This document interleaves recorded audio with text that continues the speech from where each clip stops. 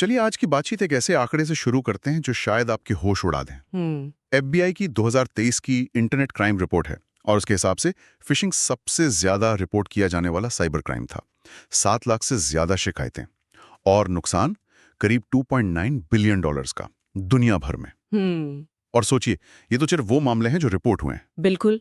और जो रिपोर्ट नहीं हुए उनका तो हम अंदाजा भी नहीं लगा सकते। एंटी फिशिंग वर्किंग ग्रुप का डेटा तो और भी डरावना है। उन्होंने 2023 के सिर्फ आखिरी 3 महीनों में 14 लाख से ज्यादा नई फिशिंग वेबसाइटें पकड़ी हैं। 14 लाख सिर्फ 3 महीने में? हाँ, इसका मतलब हुआ कि हर रोज लगभग 15,000 नई फिशिंग साइट्स बन रही हैं। ये एक सुनामी की तरह है। वाकई ये एक सुनामी ही है। और इसीलिए आज हम इस समस्या से निपटने के तरीकों पर थोड़ी गहराई से बात करेंगे।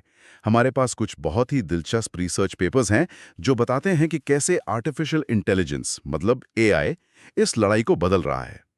हम सिर्फ पारंपरिक तरीकों की बात नहीं करेंगे, बल्कि फिशर जैसे मल्टी मॉडल सिस्टम्स और ग्राफ न्यूरल नेटवर्क्स यानी GNNs जैसी एकदम नई टेक्नोलॉजी को समझेंगे।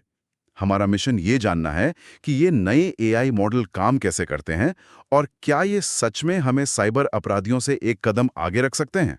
चलिए इस साइबर जासूसी की दुनिया में उतरते हैं। तो सबसे पहले एकदम बेसिक बात पर आते हैं। फिशिंग आखिर है क्या और इसे पकड़ना इतना मुश्किल क्यों है? मेरे हिसाब से तो ये एक तरह का डिजिटल बहरूपिया है। आपने बिल्कुल सही शब्द इस्तेमाल किया, बहरूपिया।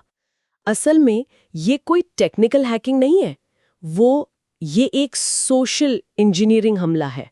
हमलावर आपके बैंक, किसी सरकारी एजेंसी या किसी भी भरोसेमंद कंपनी का एक मुखौटा पहन लेते हैं। वो आपको एक ऐसा ईमेल या SMS भेजते हैं जो हूबहू असली लगता है और आपके भरोसे का फायदा उठाकर आपसे आपकी निजी जानकारी जैसे पासवर्ड या क्रेडिट कार्ड डिटेल्स निकलवा लेते हैं। और यही बात इसे इतना खतरनाक बना दी है ना, ये सिस्टम को नहीं इंसान को टारगेट करता है।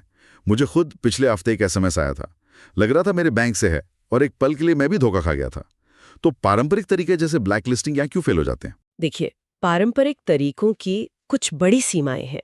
पहला, जैसा आपने कहा, ब्लैक लिस्टिंग। इसमें हम पहले से पहचानी गई बुरी वेबसाइट्स की एक लिस्ट बना लेते हैं। ये उन साइट्स के लिए तो ठीक है जो पकड़ी जा चुकी हैं, लेकिन जैसा हमने अभी सुना, हर रोज हजारों नई साइट्स बन रही हैं। जब तक आप एक को ब्लैकलिस्ट करते हैं, हमलावर 10 नई बना चुके होते हैं। ये चूहे बिल्ली का एक अंतहीन खेल है।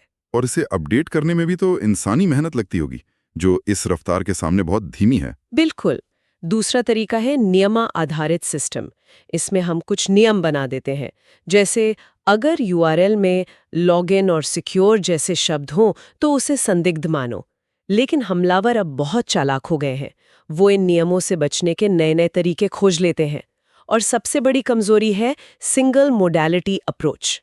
सिंगल मोडालिटी मतलब जब आपका सिस्टम सिर्फ एक चीज की जांच कर रहा हो, या तो सिर्फ वेबसाइट का टेक्स्ट पढ़ रहा हो या सिर्फ URL का स्ट्रक्चर देख रहा हो, ऐसे में सटीकता 72 से 89% के बीच ही रह जाती है, जो कि काफी नहीं है। तो यहीं पर एक नए जासूस की जरूरत पड़ती है। एक ऐसा जासूस जो एक ही समय में पढ़ भी सके, देख भी सके और सुरागों के बीच के कनेक्शन को भी समझ सके। यहीं से फिशर जैसे मल्टी मॉडल सिस्टम्स की एंट्री होती है। ये क्या भला है? फिशर का काम करने का तरीका वाकई शानदार है। यह एक नहीं बल्कि 3 अलग-अलग जासूसों की टीम की तरह काम करता है, जो एक ही समय पर एक ही केस पर काम कर रहे हैं।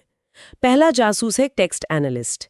यह BERT जैसे एक बड़े लैंग्वेज मॉडल का इस्तेमाल करके वेबसाइट के पूरे HTML कोड को पढ़ता है। यह समझने की कोशिश करता है कि वेबसाइट की भाषा क्या कह रही है, क्या उसमें कोई अजीब व्याकरण की गलतियां हैं या क्या वो किसी असली संस्था की भाषा की नकल कर रही है। ठीक है, वेबसाइट की भाषा को पढ़कर पता लगाता है कि कहीं कुछ गड़बड़ तो नहीं। लेकिन इसका दूसरा पहलू विजुअल विश्लेषण, वो मुझे ज्यादा दिलचस्प लग रहा है। मतलब ये AI वेबसाइट को देख भी सकता है। हाँ, और यही इसकी सबसे बड़ी ताकत है। इसका दूसरा जासूस एक विजुअल एक्सपर्ट है जो ResNet 50 जैसे मॉडल का इस्तेमाल करता है। ये वेबसाइट का एक स्क्रीनशॉट लेता है और उसकी जांच करता है। ये उन चीजों को पकड़ता है जिन्हें हमारी आंखें शायद नजरअंदाज कर दें। जैसे कि आजकल तो हमलावर पिक्सल परफेक्ट कॉपी बना लेते हैं। तो ये AI ऐसी क्या चीज देखता है जो इंसान की नजर से चूक जाए? बैंक ऑफ अमेरिका के धुंधले लोगों को नहीं देखता, ये लेआउट की असंगतता को पकड़ता है। मिसाल के तौर पर, क्या लॉगिन बटन का साइज अजीब तरह से बड़ा है? क्या फॉन्ट असली वेबसाइट से थोड़ा अलग है? क्या इस्तेमाल की गई इमेज कम रेजोल्यूशन की है? ये वो छोटी-छोटी विजुअल गलतियां हैं जो बताती हैं कि ये एक नकल है। और आपको जानकर हैरानी होगी कि सिर्फ नकल के पैटर्न को पहचानने में ये मॉडल 98.5% तक सटीक है। कमाल है। मतलब अगर टेक्स्ट और यूआरएल बिल्कुल सही भी लगे तो भी एक अजीब सा सबमिट बटन पूरे फ्रॉड का पर्दाफाश कर सकता है। तो इस टीम का तीसरा जासूस कौन है? तीसरा जासूस है यूआरएल इंस्पेक्टर।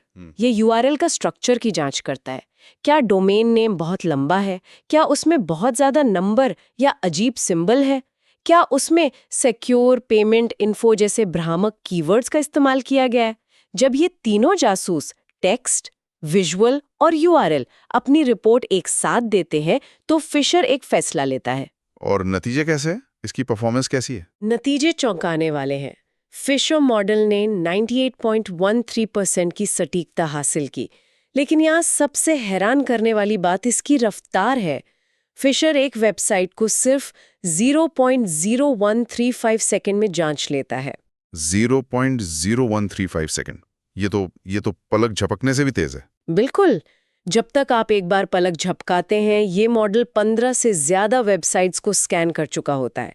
इसकी तुलना में चैटफिश जैसे दूसरे मॉडलों को 0.93 सेकंड और फिश एजेंट को 2.25 सेकंड लगते हैं। असल दुनिया में जहां हर सेकंड मायने रखता है, ये जमीन आसमान का फर्क है। ये साबित करता है कि मल्टी मॉडल अप्रोच न सिर्फ ज्यादा सटीक है बल्कि ज्यादा प्रैक्टिकल भी है। ठीक है, तो फिशर एक वेबसाइट को अकेले में बहुत अच्छे से जांच सकता है, लेकिन अब यहां से बात और भी गहरी होती है। क्या हो अगर हम सिर्फ एक वेबसाइट को ना देखें बल्कि ये देखें कि वो इंटरनेट पर बाकी चीजों से कैसे जुड़ी है? यहीं पर ग्राफ न्यूरल नेटवर्क्स यानी GNNs की एंट्री होती है। ये कनेक्शन की ताकत का इस्तेमाल करने जैसा है। ये साइबर सुरक्षा में एक बहुत बड़ा वैचारिक बदलाव है। GNNs डेटा को अलग अलग टुकड़ों में नहीं देखते, वे इसे एक नेटवर्क या एक ग्राफ के रूप में देखते हैं। इसे सरल भाषा में समझें तो इसमें दो चीजें होती हैं, नोड्स और एजेस। नोड्स डेटा के बिंदु होते हैं, जैसे कोई वेबसाइट, कोई यूजर अकाउंट या किसी URL का एक एक अक्षर, और एजेस उनके बीच के रिश्ते या लिंक होते हैं। GNNs इन रिश्तों के पैटर्न को समझने में माहिर होते हैं। तो क्या मैं इसे सही समझ रहा हूं? ये कुछ ऐसा है जैसे पुलिस सिर्फ एक संदिग्ध को नहीं देख रही बल्कि उसके फोन रिकॉर्ड्स, उसके दोस्तों के नेटवर्क और उसके आने जाने की जगहों की भी जांच कर रही है ताकि पूरी साजिश का पता चल सके। आपने एकदम सटीक एनोलॉजी दी है। यही GNN का मूल सिद्धांत है। उदाहरण के लिए GNN GATT LST मॉडल है।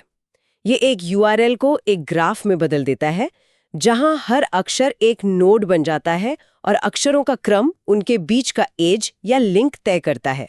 फिर ये मॉडल इस ग्राफ के स्ट्रक्चर का विश्लेषण करके पता लगाता है कि URL असली है या नकली है।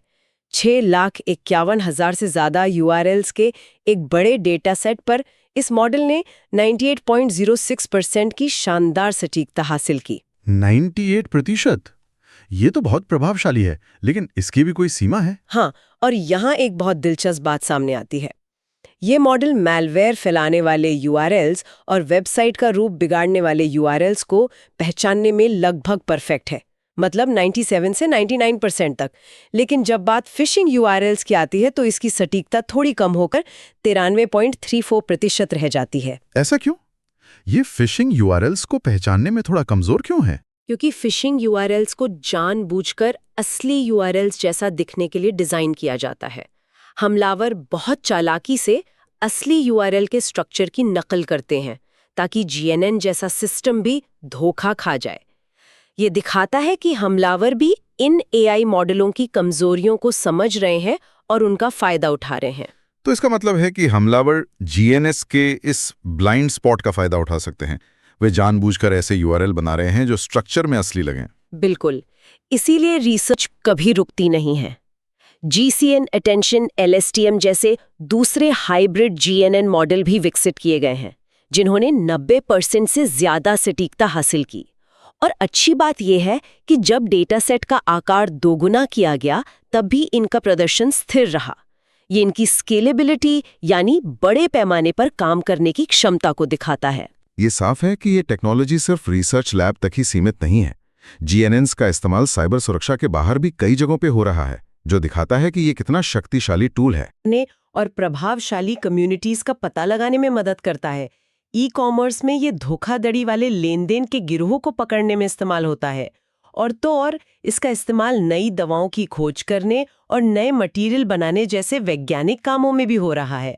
ये हर उस जगह काम आ सकता है जहां डेटा के बीच रिश्तों को समझना जरूरी हो। लेकिन जैसा कि हमेशा होता है, ये एक तरफा लड़ाई नहीं है।